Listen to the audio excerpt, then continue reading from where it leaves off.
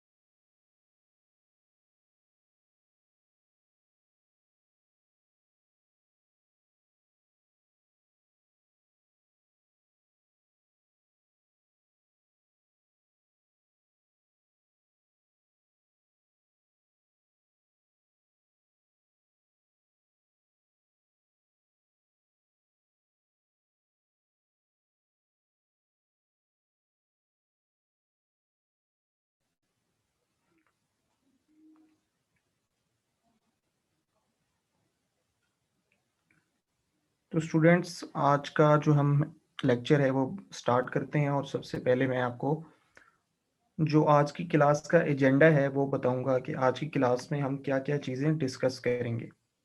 सबसे पहले हम देखेंगे कि नीश क्या होती है और शॉपिफाई में हम नीश को कैसे सेलेक्ट करते हैं।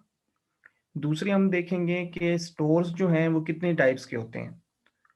और तीसरी हम चीज़ देखेंगे कि अगर आप अपना स्टोर क्रिएट करना चाह रहे हैं, या अगर आपसे कोई क्लाइंट कहता है कि आप मेरा स्टोर मैनेज करो फ्रॉम स्टार्ट टू एंड, यानी कि मैं बिल्कुल बेसिक लेवल पे हूँ, मैं एक इन्वेस्टर हूँ और आप एक सर्विस प्रोवाइडर हैं, तो मुझे बताएं कि आप इन्वेस्टमेंट मेरी इसमें कितनी लगेगी, यानी कि स्टोर की शुरू से लेके आखिर तक कितनी कॉस्ट लगेगी।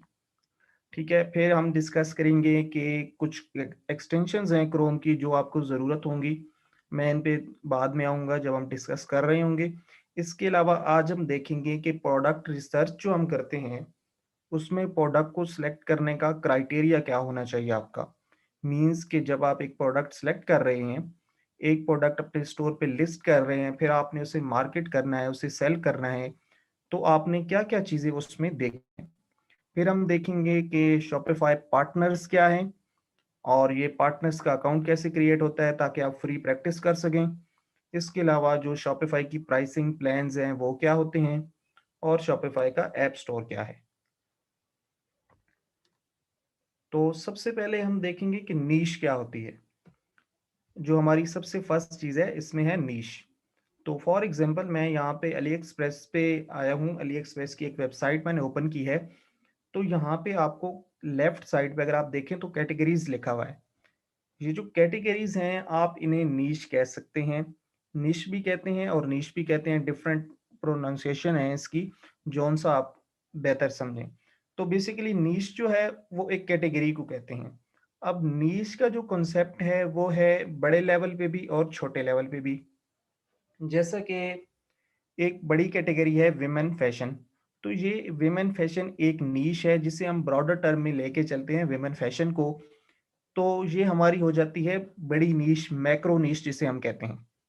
ठीक है, अब नीश के अंदर बहुत सारी सब नीशेस भी होती हैं जिन्हें हम माइक्रो नीशेस कहते हैं। फॉर एग्जांपल, जैसा कि मैंने यहाँ पे जब कर्सर मूव किया विमेन फैशन पे, तो डिफरेंट स्मॉल कैटेगरीज मुझे नजर आना शुरू हो जाए, जैसे कि स्कर्ट्स, शॉर्ट्स, जीन्स। ठीक है, वेडिंग ड्रेसेस आ गए, इवनिंग ड्रेसेस आ गए, शेप वियर्स, इस तरह डिफरेंट जो स्मॉल कैटेगरीज हैं उनको हम कहते हैं माइक्रो निशेस। अब अगर आप अपना ब्रांड बनाना चाहते हैं तो आपने कोशिश करनी है कि आपने जो माइक्रो नीश है वो सिलेक्ट करनी है। फॉर एग्जांपल, अगर आप नॉर्मल ई कॉमर्स भी कर रहे हैं ना, या आप ड्रॉप शिपिंग कर रहे हैं, जौन सी भी चीज आप कर रहे हैं, तो आपने बड़ी नीश पे नहीं जाना।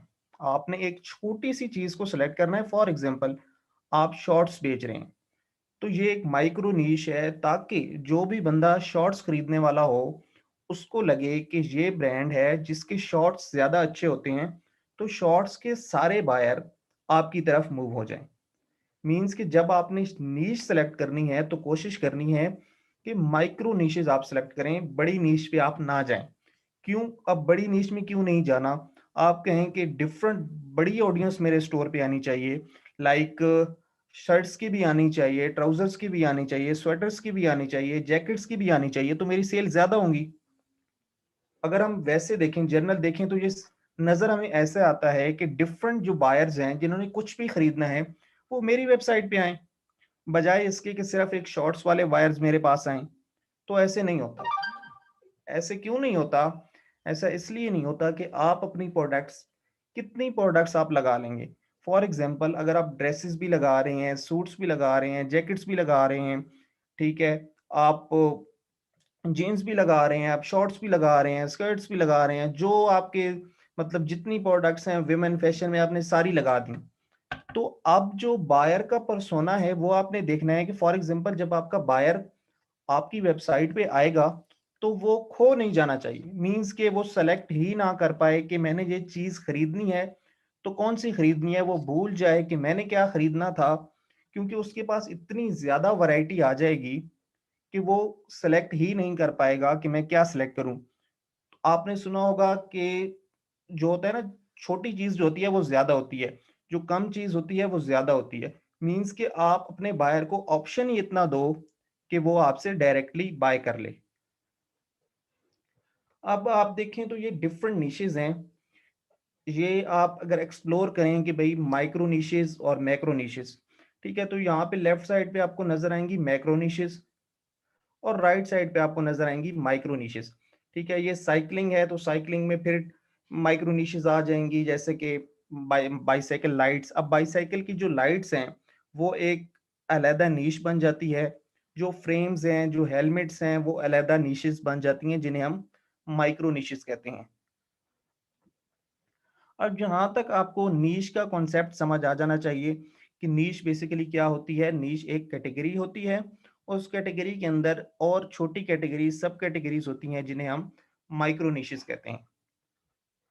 अब फॉर एग्जांपल हम देखें, अब नीश मैंने आपको क्यों बताया, नीश का शॉपिफाई के साथ क्या ताल्लुक है, इसको हम देखेंगे स्टोर्स में कि अब स्टोर्स कितने टाइप के होते हैं। स्टोर होते हैं तीन टाइप के।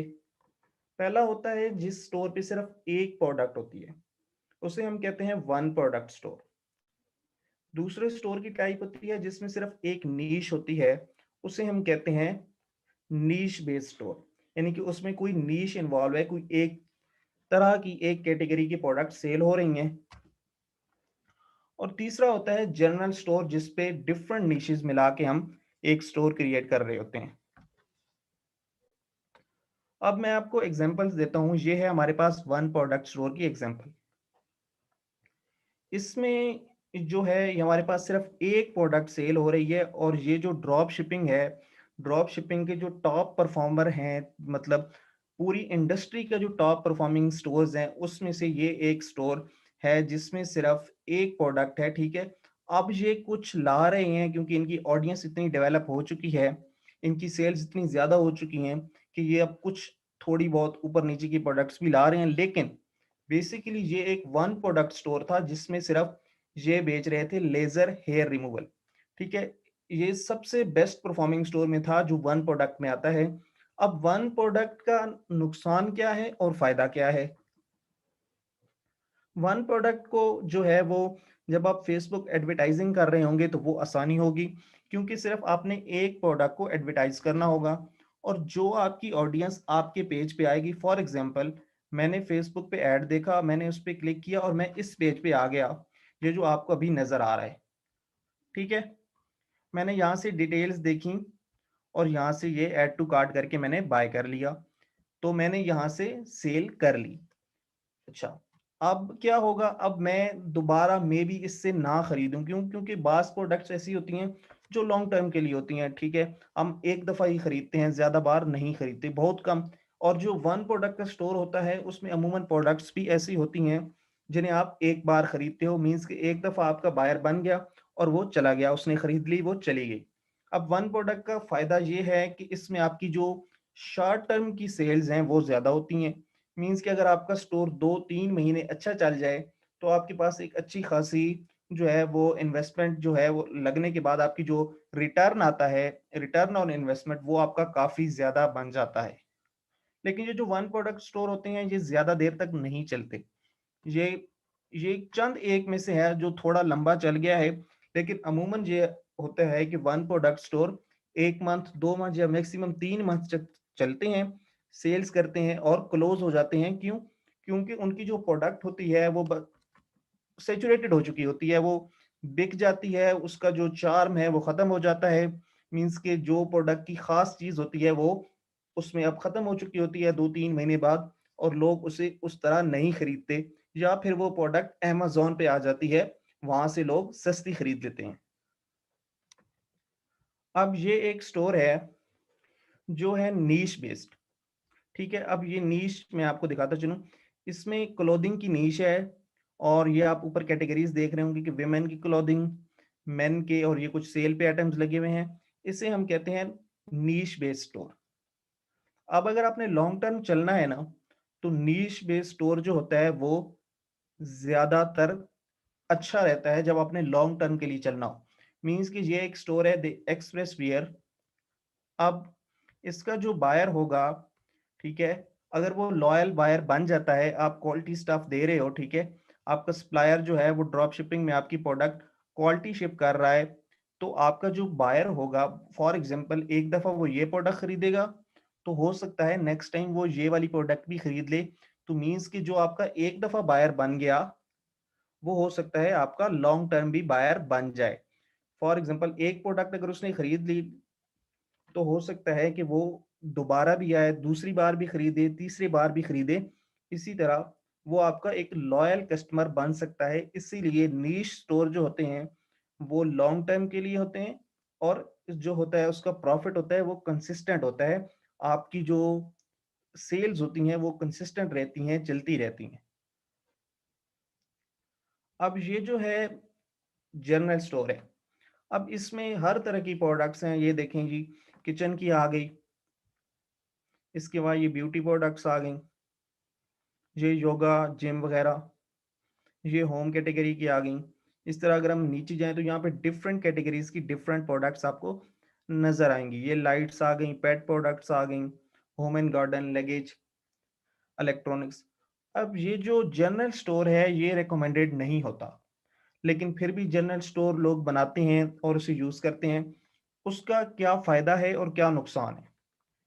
अगर आप बिल्कुल बिगिनर हैं और आपको कुछ भी नहीं पता कि आपने क्या सेल करना है, और आपको इतना आइडिया भी नहीं है ई कॉमर्स का, तो तब हम कहते हैं कि आप जनरल स्टोर ओपन कर लो। मीन्स के जिसमें बहुत सारी कैटेगरीज हों, आप उस स्टोर को रन करें और फिर देखें कि आपको सेल्स किस में ज्यादा आ रही हैं। अगर कोई एक खास प्रोडक्ट आपको मिल जाए, फॉर एग्जांपल मैं कहता हूं कि ये एक प्रोडक्ट है, ये वाली, फॉर एग्जांपल ये एक प्रोडक्ट है जिस पे मेरी सेल्स सबसे ज़्यादा आ रही हैं और बहुत ज़्यादा आ रही हैं। तो मैं क्या करूँगा, मैं एक अलहदा स्टोर ओपन करूँगा और उस पे ये वन प्रोडक्ट स्टोर बना दूंगा इस प्रोडक्ट के हवाले से। फॉर एग्जांपल कि मैंने ये जो प्रोडक्ट है इसकी सेल्स जो हैं ज़्यादा आ रही हैं, और मैंने नोट कर लिया है कि ये एक प्रोडक्ट वो है जिसे लोग ज़्यादा लाइक कर रहे हैं, तो मैं इसका वन प्रोडक्ट स्टोर बना के इसे एडवर्टाइज करना शुरू कर देता हूँ, और थोड़े अरसे में ज्यादा प्रॉफिट गेन कर लेता हूँ। ठीक है, कुछ अरसे बाद ये प्रोडक्ट भी डेड हो जाएगी, लेकिन आपको 2-3 महीनों में इतना प्रॉफिट दे देगी कि आप जो है उसके बाद अगले स्टोर्स भी आसानी से बना सकते हैं और उनसे प्रॉफिट कमा सकते हैं।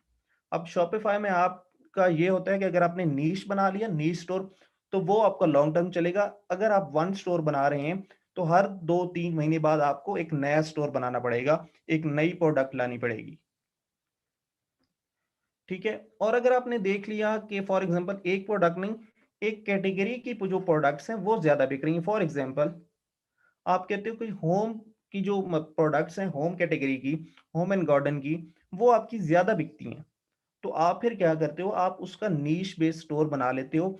मींस कि जर्नल जो आपका स्टोर है उससे सिर्फ आप आइडिया लेते हो कि आपकी जो स्किल्स हैं वो उस बेस पे आप क्या चीज ज्यादा बेच सकते हो। तो उस बेस पे आप अपना नीश स्टोर या वन प्रोडक्ट स्टोर, जो आपकी चीज बिक रही हो या जो कैटेगरी ज्यादा बिक रही हो, आप उस बेस पे वो स्टोर ओपन करते हो अलहदा। ठीक है, अब ये आपको पता चल गया कि one product store, general store और नीश बेस्ड स्टोर कब आपने इस्तेमाल करने हैं और ये होते क्या हैं। अब आपने देखना है कि इन तीनों स्टोर्स में जो इन्वेस्टमेंट है वो किसमें ज्यादा होती है। इन्वेस्टमेंट जी, जो एडवर्टाइजिंग, बेसिकली इन्वेस्टमेंट को मैं लेके चलूंगा एडवर्टाइजिंग के लिहाज से। मैं प्रोडक्ट की प्राइस को नहीं देखूंगा, मैं जो शॉपिफाई की फीस है वो नहीं देखूंगा, क्योंकि शॉपिफाई की फीस जो है, चाहे आप जौन सा मर्जी स्टोर सॉरी, जौन सा मर्जी स्टोर ओपन करें, आपकी शॉपिफाई की फीस सेम रहती है। मींस कि जो आपने मंथली प्लान लिया हुआ है, आप जितनी प्रोडक्ट्स लगाएं वो शॉपिफाई को उससे कोई कंसर्न नहीं है। ठीक है, अब जो वन प्रोडक्ट स्टोर है ना, इस पे आपकी जो एडवर्टाइजिंग कॉस्ट है ये नॉर्मल लगती है, मतलब ज्यादा भी लग जाती है, नॉर्मल भी लग जाती है। क्यों? क्योंकि फॉर एग्जांपल आपने एक प्रोडक्ट लगाई स्टोर पे, अब वो चलती है या नहीं चलती ये मैटर करता है। अगर वो नहीं चलती तो आपकी सारी एडवर्टाइजिंग की कॉस्ट, आपकी शॉपिफाई की फीस सारी ज़ाया हो गई। लेकिन अगर वो चल जाए तो आपको बहुत ज़्यादा प्रॉफिट दे जाएगी।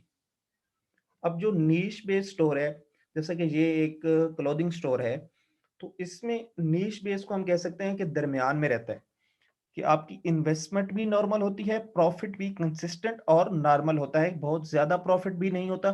बहुत ज़्यादा से मतलब ये कि एक बहुत ही एग्रेसिव होता है, जैसे कि आप 100 के या 200 के डॉलर्स पर मंथ तक पहुंच जाए, वो वन प्रोडक्ट स्टोर में पॉसिबल होता है। लेकिन इसमें यह होता है कि आप रेगुलर जो है कंसिस्टेंट प्रॉफिट आप गेन कर रहे होते हैं नीश स्टोर में। जो जनरल स्टोर है, इसमें आपका प्रॉफिट मार्जिन बहुत लो होता है, मींस कि आपका जो प्रॉफिट होता है वो बहुत कम होता है, और जो आपकी एडवर्टाइजिंग कॉस्ट होती है वो भी इतनी ज्यादा नहीं होती। ये जो आपका जनरल स्टोर होता है, जनरल स्टोर में आपकी एडवर्टाइजिंग कॉस्ट भी कम होगी और आपकी जो प्रॉफिट का मार्जिन है वो भी आपका कम रहेगा। अब अगर स्टूडेंट्स आपका इस हवाले से, इन जो मैंने आपको नीश डिस्कस की है और स्टोर्स डिस्कस किए हैं, इसके हवाले से कोई आपका क्वेश्चन है तो काइंडली मुझे बता दे, वरना हम अपने नेक्स्ट टॉपिक पे चलेंगे जो हमारा है एक्सटेंशंस और प्रोडक्ट रिसर्च वाला टॉपिक।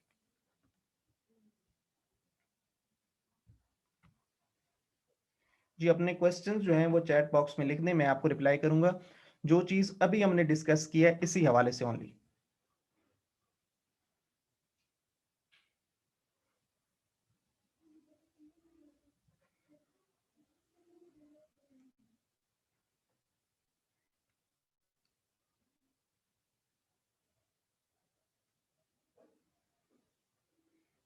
जी, अगर किसी का कोई क्वेश्चन है, कोई चीज़ समझ नहीं आई, ठीक है।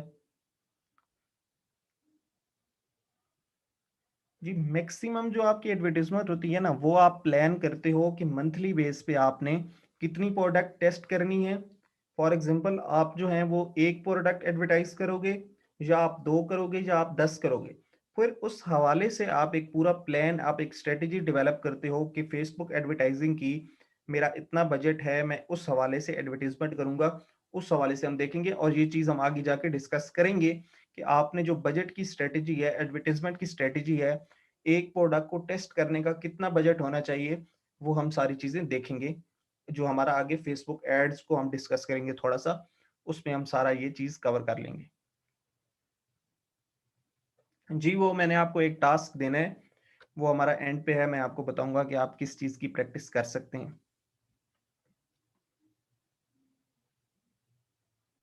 जो आपका बेसिकली थर्ड लेक्चर होगा, उससे आपकी बाकायदा असाइनमेंट्स भी स्टार्ट हो जाएंगी। अभी आपका थोड़ा सा जो है वो फ्लो सेट हो रहा है, और थोड़ा सी चीज़ें जो हैं वो आपकी सही क्लियर हो जाएं बेसिक लेवल की, तो फिर इंशाल्लाह आपकी असाइनमेंट्स भी आगे आएंगी।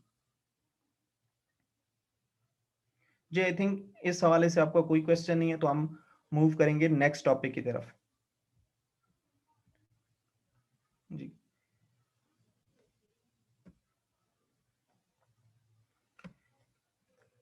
अच्छा, क्रोम एक्सटेंशंस, ये मैंने कुछ चीज़ों के नाम लिखे हुए हैं। आप ऐसा करें, अगर इसका स्क्रीनशॉट ले लें अपनी स्क्रीन पे, अगर आप फ़ोन पे हैं या लैपटॉप पे हैं, जिस पे भी हैं, आप इसकी इमेज ले लें, जो भी है।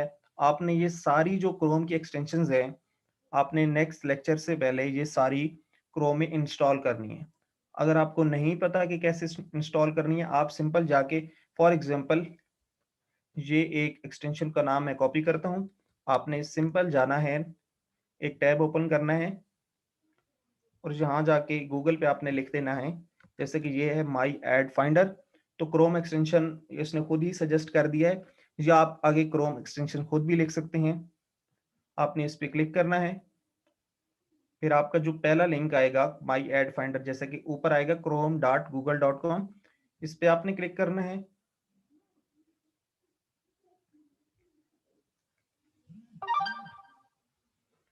और यहाँ पे आपका बटन लगा हुआ आएगा, आपको नजर आएगा ऐड टू क्रोम। ठीक है, आपने इस पे क्लिक करना है और यहाँ पे आएगा ऐड एक्सटेंशन। जब आप इस पे क्लिक करेंगे तो आपका ये जो एक्सटेंशन है वो ऐड हो जाएगी। और ये देखें जी, आपको नोटिफिकेशन आ गया my ad finder has been added to Chrome. ठीक है, ये क्रोम है और क्रोमियम, ये दो डिफरेंट ब्राउजर्स हैं। इस तरह अगर आप क्रोम में कर रहे हैं तो यहाँ पे क्रोम आ जाएगा। ये देखें, यहाँ पे आपकी ये शो कर रहा होगा कि ये चीज़ यहाँ पे इंस्टॉल हो चुकी है। इसी तरह आपने क्या करना है, ये जो जितनी आपने मैंने आपको लिस्ट रखी हुई है, Ali insider, Ali hunter, commerce inspector, आसिफाई, my ad finder, similar web, Facebook pixel, similar web, AliExpress, search by image, Oberlo, ये सारी चीज़ें आपने, जो सारी एक्सटेंशंस हैं अपने लैपटॉप में या अपने कंप्यूटर में, जो भी चीज़ आप यूज़ करते हैं उसमें आपने लाजमी इंस्टॉल कर लेनी है नेक्स्ट लेक्चर से पहले पहले। ठीक है, मैं दोबारा रिपीट कर रहा हूँ कि ये जो जितनी एक्सटेंशंस हैं, ये जो हमारा नेक्स्ट टॉपिक आ रहा है प्रोडक्ट रिसर्च का, उससे पहले आपने ये लाजमी इंस्टॉल कर लेनी है कंप्यूटर या लैपटॉप में, वरना इसके बगैर आपकी जो प्रोडक्ट रिसर्च है ना तो वो आप कर पाएंगे और ना ही आपकी प्रैक्टिस हो सकेगी। ठीक है, आपने ये एक्सटेंशन इंस्टॉल कर ली। अब इसके बाद हम देखेंगे कि क्राइटेरिया, आज हम सिर्फ क्राइटेरिया को डिस्कस करेंगे और नेक्स्ट जो हमारा लेक्चर होगा उसमें हम वो एक्सटेंशंस भी यूज करेंगे और प्रोडक्ट हंटिंग भी करेंगे, लाइव प्रोडक्ट हंटिंग करेंगे और प्रोडक्ट्स फाइंड करेंगे कि कौन सी प्रोडक्ट हमारे इस क्राइटेरिया पे पूरी भी उतर रही है, जो मैंने यहाँ पे लिखा हुआ है। ठीक है, अब आपने ये जो क्राइटेरिया है उसको थोड़ा सा समझना है। मैं थोड़ा सा आपको एक्सप्लेन कर रहा हूँ और फिर हम इंशाल्लाह नेक्स्ट लेक्चर में इस क्राइटेरिया को सामने रख के प्रोडक्ट्स हंट करेंगे, प्रोडक्ट रिसर्च करेंगे और आपके सामने इंशाल्लाह हम प्रोडक्ट निकालेंगे भी सही। और फिर आपकी एक नेक्स्ट असाइनमेंट भी होगी जिसमें आपको कुछ प्रोडक्ट्स हंट करनी भी होंगी। ठीक है, सबसे पहला है जी, should be available less than $15। जैसे कि फॉर एग्जांपल मैं अली एक्सप्रेस पे आया और यहाँ पे मैंने डिफरेंट प्राइसिंग देखी, ये एक प्रोडक्ट है $21.59। ठीक है, आपने वो वाली प्रोडक्ट सेलेक्ट करनी है जो प्राइस में $15 से नीचे हो। मींस यहाँ पे मैंने लिखा हुआ है $15 से नीचे नीचे। ठीक है, आप इसको ये भी कह सकते हैं जो 8 या $7 से ज्यादा हो और $15 से नीचे हो। $7 to $15 आपको उसकी सोर्सिंग कॉस्ट होनी चाहिए। अब सोर्सिंग कॉस्ट क्या है, मींस कि जो अली एक्सप्रेस को पे प्राइस लगी हुई है, हम इसे कहते हैं सोर्सिंग प्राइस, यानी कि आपकी जो सप्लायर ने आपको प्राइस दी हुई है। फॉर एग्जांपल मैं ये दो प्रोडक्ट्स ओपन करता हूं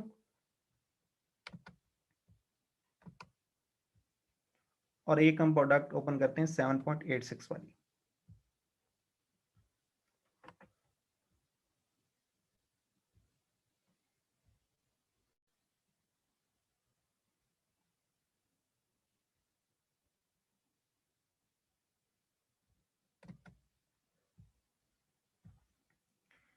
जी, जो हमारा सबसे पहला क्राइटेरिया है, जो हमारा सबसे पहला पॉइंट है वो ये है कि हमारी जो सोर्सिंग कास्ट है वो $15 से कम होनी चाहिए। ठीक है, आपने प्रोडक्ट जब भी देखनी है, एक तो ये चीज है कि आपको, आपका एक बायर है जिसके पास एक अपना क्राइटेरिया है, तो फिर तो आप वो लेके चलेंगे क्योंकि उसमें फिर आप कर नहीं सकते क्योंकि वो आपको खुद क्राइटेरिया दे रहा है। लेकिन अगर आप खुद किसी का स्टोर फ्रॉम स्क्रैच चलाना चाह रहे हैं या अपना स्टोर चलाना चाह रहे हैं, जो भी मतलब जब चीज आप पे है, आपने डिसाइड करना है, तो आपकी कोशिश होनी चाहिए 7 बल्कि 8 से लेके आपकी जो सोर्सिंग कॉस्ट होनी चाहिए from $8 to $15, in between $8 to $15 आपकी सोर्सिंग कॉस्ट होनी चाहिए। अब अगर हम देखें तो इसमें एक वेरिएंट जो है वो है 7.86 का, और इसकी प्राइस जा रही है 26.66। तो हमने इस चीज को सेलेक्ट नहीं करना, ये हमारा पहला पॉइंट ही फॉलो नहीं कर रही।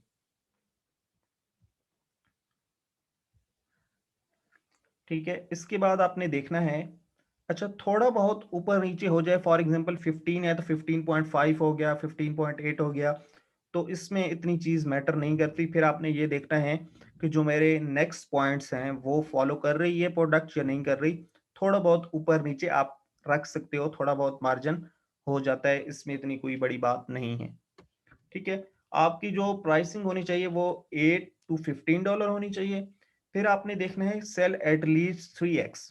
अब इसका क्या मतलब है, फॉर एग्जाम्पल मैं यहाँ पे लिखता हूँ कि अगर आपकी प्राइस है एक प्रोडक्ट की $10, तो आप उसे $30 में मिनिमम सेल कर भी सकें। मीन्स कि जो आपकी मल्टीप्लाई बाय 3 है सोर्सिंग कॉस्ट की, इतने में वो प्रोडक्ट इस काबिल होनी चाहिए कि वो अगर $10 में आपको मिल रही है तो आप उसे मिनिमम $30 में सेल कर सको। अब आप कहेंगे कि ये तो प्रॉफिट मार्जिन ज्यादा हो जाएगा, बहुत ज्यादा, इतना कैसे डिफरेंट होगा, डिफरेंस इतना कैसे आ जाएगा कि $10 की हम ले रहे हैं, $30 की हम सेल कर रहे हैं। तो यही चीज है, यही प्रोडक्ट हंटिंग है कि आपने ऐसी प्रोडक्ट फाइंड करनी है जो दिखने में आपको ऐसी लगे कि ये बहुत ही महंगी है। फॉर एग्जाम्पल कि वो $30 या $40 में आ रही है, लेकिन वो एक्चुअल में जो अली एक्सप्रेस की उसकी प्राइस हो वो $8, $10, $12 इस लिहाज से होनी चाहिए। फिर जी नेक्स्ट जो सबसे मेन पॉइंट है वो ये है प्रॉब्लम सॉल्विंग। कि जो आपकी प्रोडक्ट है वो कोई सिंपल सी प्रोडक्ट नहीं होनी चाहिए। फॉर एग्जाम्पल मैं यहाँ से अली एक्सप्रेस पे फिर जाता हूँ जो मेन वेबसाइट है। जी जी, ठीक है, अब आपको बहुत सारी प्रोडक्ट्स मिलेंगी जो $8 से $15 के दरमियान में होंगी, लेकिन आपने देखना है कि उस प्रोडक्ट का एक्चुअल मतलब क्या है। फॉर एग्जांपल मैं यहां से लिखता हूं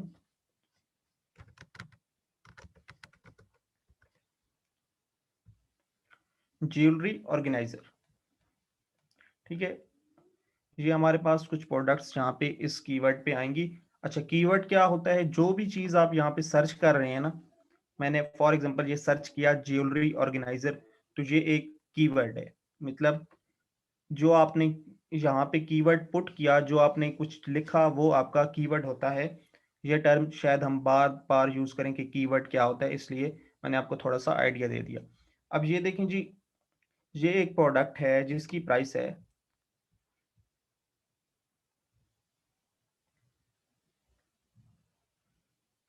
$8.68 से लेके $8.96। अभी हम थोड़ा सा जर्नल सा ओवरव्यू ले रहे हैं, नेक्स्ट लेक्चर में हम पूरा प्रोडक्ट हंटिंग के एक एक पॉइंट्स को सामने रख के प्रोडक्ट हंटिंग करेंगे भी सही, अभी ये सिर्फ जर्नल सा ओवरव्यू है। अब ये देखें, ये चलें पाकिस्तान सेट हुआ है, आपने जो आपकी टारगेट कंट्री है वो आपने सेलेक्ट करनी है। फॉर एग्जांपल अगर आप यहाँ से यूएस सेलेक्ट करना चाहें तो यहाँ से आप कर सकते हैं ship to United States. Language आप इंग्लिश ही रखें, करेंसी आप डॉलर्स ही रखें।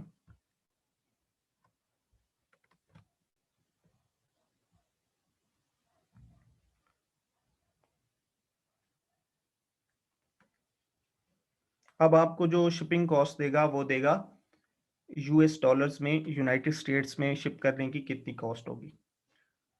अब आपकी ये जो शिपिंग कॉस्ट है ये भी ऐड होगी आपकी सोर्सिंग कॉस्ट में। मींस कि अगर आप शिपिंग कॉस्ट भी ऐड करें तो वो $15 से ऊपर नहीं जानी चाहिए।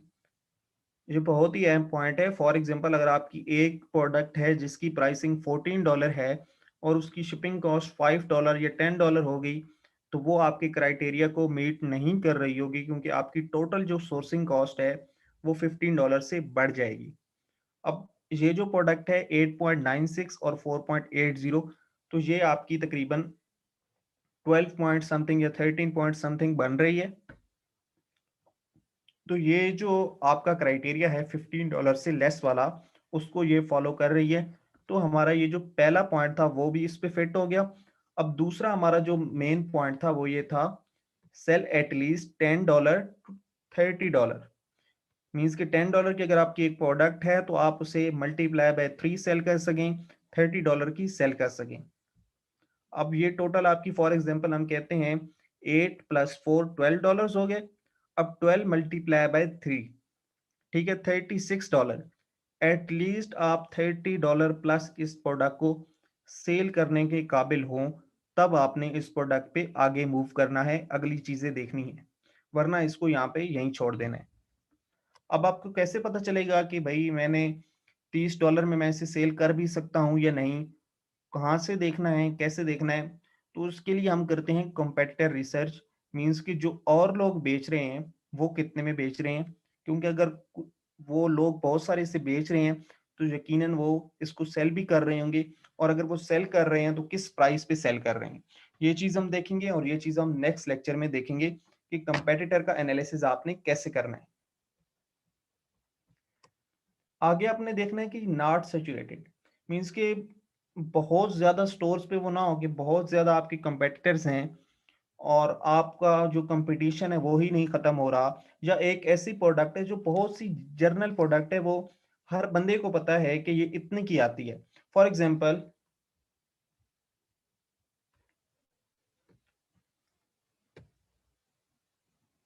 यहां से हम देखते हैं,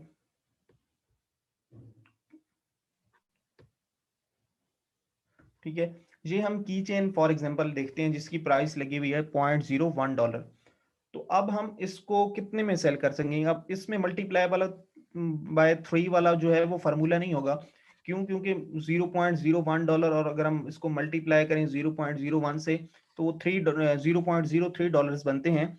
तो आपकी जो मिनिमम प्राइस होनी चाहिए वो $8 इस वजह से होनी चाहिए, वरना तो $0.01 मल्टीप्लाई बाय 3, $0.03, तो ये तो कुछ भी ना बना ना।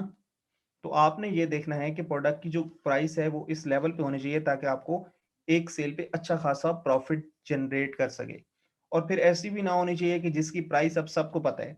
फॉर एग्जांपल ये नेल स्टिकर्स हैं, तो ये मैक्सिमम कितने में आप बेच सकते हो? अगर आप इसकी प्राइस $15 लगाते हो तो लेने वाले को भी पता होगा कि ये चीज इतनी महंगी नहीं हो सकती, इसकी इस स्टोर की जो इस प्रोडक्ट की प्राइस है ये ओवर प्राइस्ड है, इसलिए वो आपसे बाय नहीं करेगा।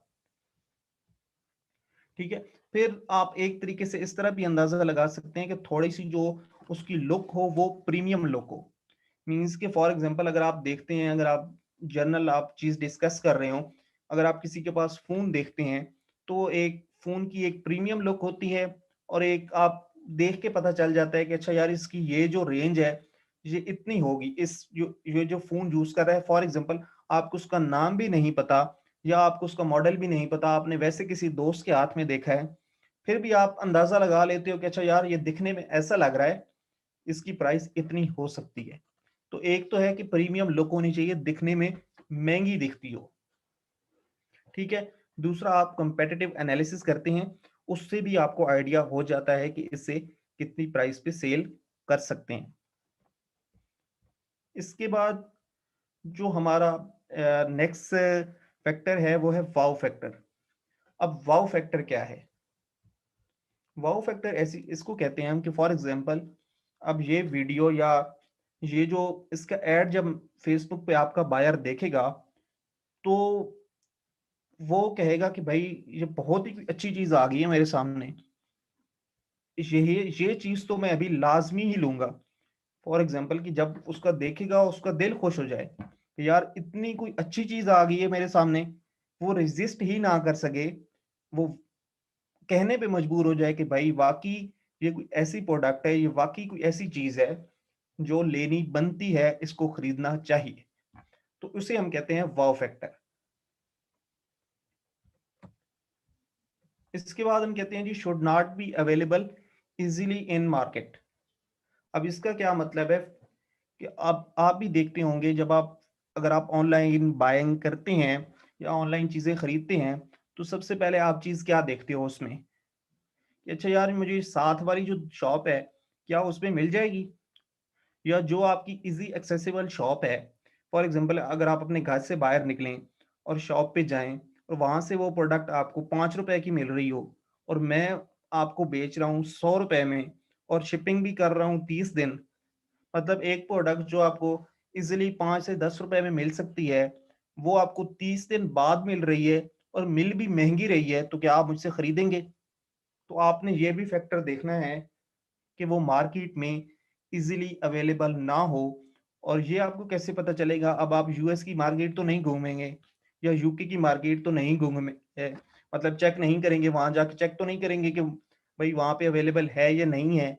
तो इस चीज को कैसे टैकल करना है वो हम इंशाल्लाह नेक्स्ट लेक्चर में कंप्लीट डिस्कस करेंगे। अब आपने क्या करना है, ये चीजें भी हम आगे जाके डिस्कस करेंगे। और शॉपिफाई पार्टनर्स, ये जो आपकी थोड़ी सी छोटी सी असाइनमेंट है वो ये है कि आपने शॉपिफाई पार्टनर्स सर्च करना है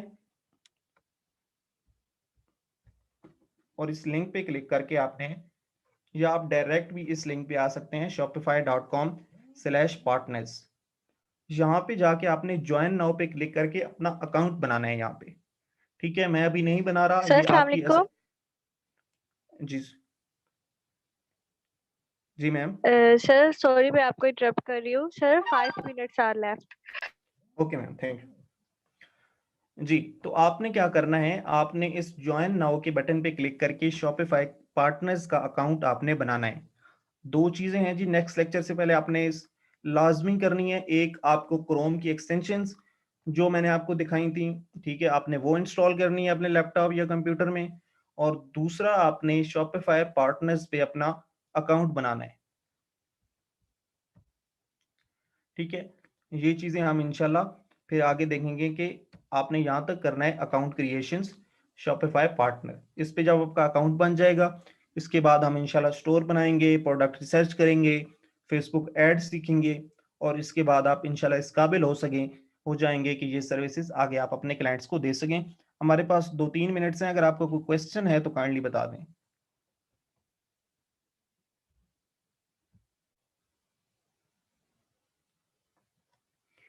sir Shopify drop shipping is हलाल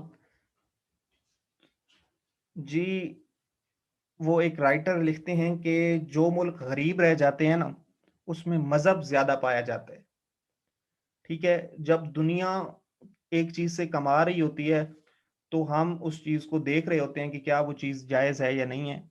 ठीक है, ये आप बाकायदा मैं से हलाल हराम तो नहीं कह सकता क्योंकि ये मेरा काम नहीं है।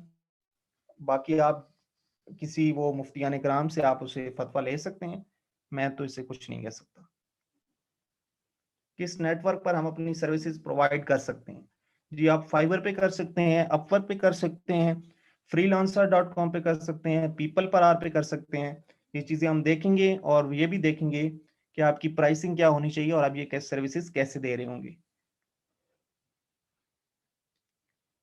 जी लोगो डिजाइन जब हम करेंगे तो इंशाल्लाह हम फ्री सोर्स भी देखेंगे कैसे हम एक लोगो डिजाइन कर सकते हैं। जी कंट्री हमने इसलिए सिलेक्ट की थी कि अगर मैंने पाकिस्तान सिलेक्ट की हुई है तो मुझे पाकिस्तान का शिपिंग रेट वो नज़र आएगा। जब आप यूएस सेलेक्ट करेंगे तो आपको यूएस का शिपिंग रेट नज़र आएगा। हम ड्रॉप शिपिंग बड़ी कंट्रीज में करते हैं, शॉप जैसे कि यूके हो गया, यूएस हो गया, कनाडा हो गया, इसलिए हम कंट्री भी वो वाली ही सिलेक्ट करते हैं।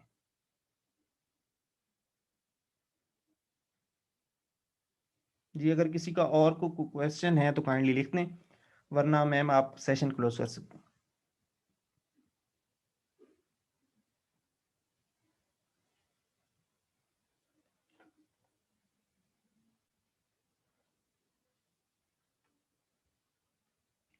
जी आई थिंक इट्स इनफ। और स्टूडेंट्स के कोई क्वेश्चन नहीं है ma'am, you can close the session now.